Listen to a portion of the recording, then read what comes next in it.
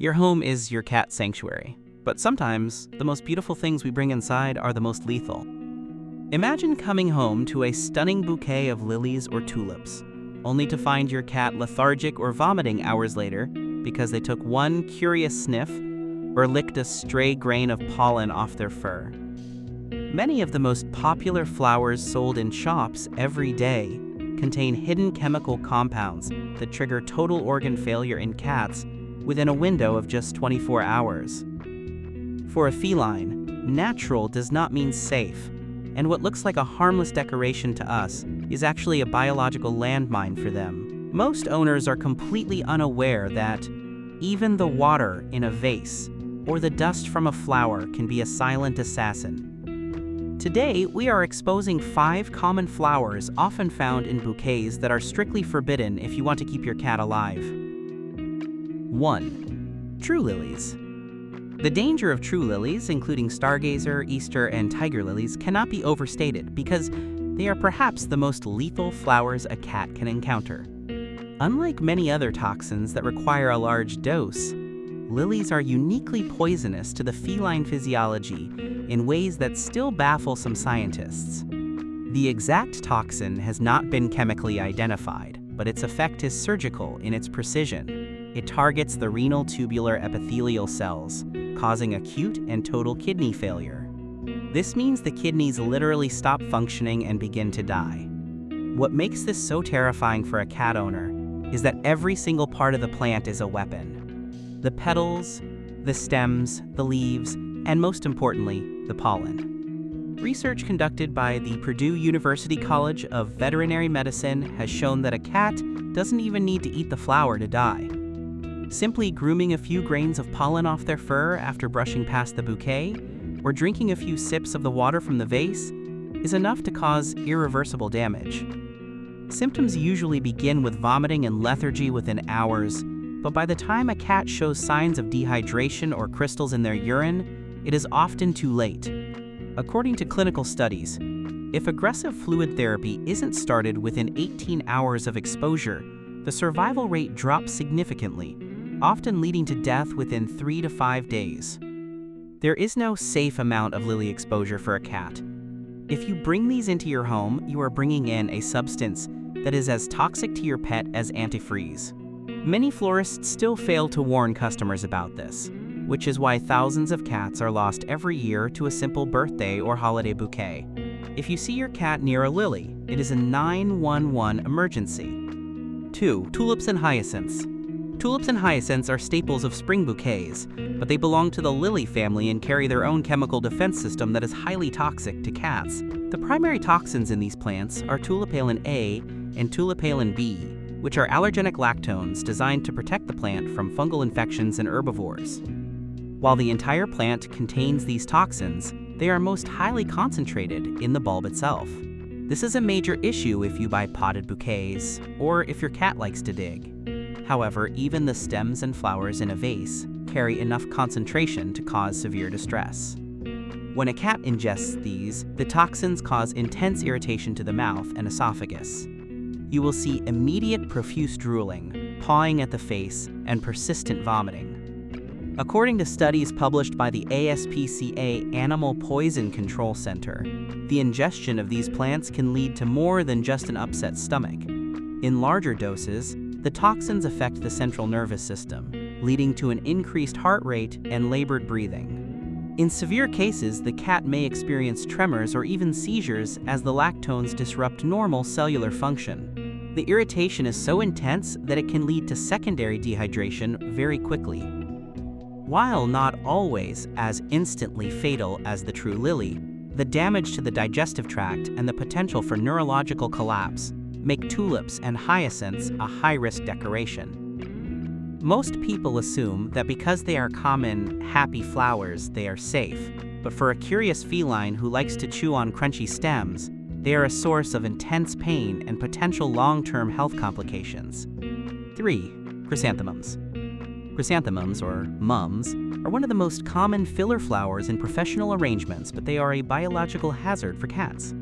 These flowers contain several irritants, most notably pyrethrins. If that name sounds familiar, It's because pyrethrins are a natural insecticide, often used in flea medications and bug sprays, but in controlled, tiny amounts. In a concentrated floral form, they are dangerous. When a cat eats a mum, the pyrethrins attack the nervous system and the gastrointestinal tract simultaneously. The University of California, Davis, UC Davis Veterinary Medicine, has documented that pyrethrin toxicity in cats causes a specific set of symptoms: hypersalivation, loss of coordination, ataxia, and severe skin irritation if the sap touches their body. Because cats lack certain liver enzymes, glucuronidyltransferase, to efficiently break down these specific compounds, the toxins stay in their system much longer than they would in a dog or a human. This metabolic bottleneck makes cats uniquely sensitive to chrysanthemums. Beyond the vomiting and diarrhea, a cat that has ingested a significant amount may look like they are drunk, stumbling into walls or shaking. Long-term exposure or a large single dose can lead to liver damage because the organ becomes overwhelmed trying to process the toxic load. While mums are often associated with autumn and cozy home decor, they represent a hidden chemical threat that can leave your cat in a state of neurological distress. It is a perfect example of how a natural plant can be just as dangerous as a synthetic chemical when it meets feline biology. 4. Gypsophila. No bouquet is complete without the delicate white sprays of baby's breath, but this filler is a classic example of a hidden danger. Baby's breath contains a substance called saponins. As the name suggests, saponins have detergent-like properties. When they come into contact with water or mucous membranes, they foam and break down cell walls. For a cat, chewing on these tiny flowers is like ingesting a harsh chemical cleaner. The Cornell University College of Veterinary Medicine notes that while saponins are often considered mildly toxic in the grand scheme of things, for cats, they cause intense gastrointestinal upset that can lead to severe complications. The foaming action of the saponins irritates the lining of the stomach and intestines, causing bouts of vomiting and bloody diarrhea. What makes baby's breath particularly dangerous is its texture. It is light, airy, and moves easily in the wind, which triggers a cat's natural hunting and play instinct.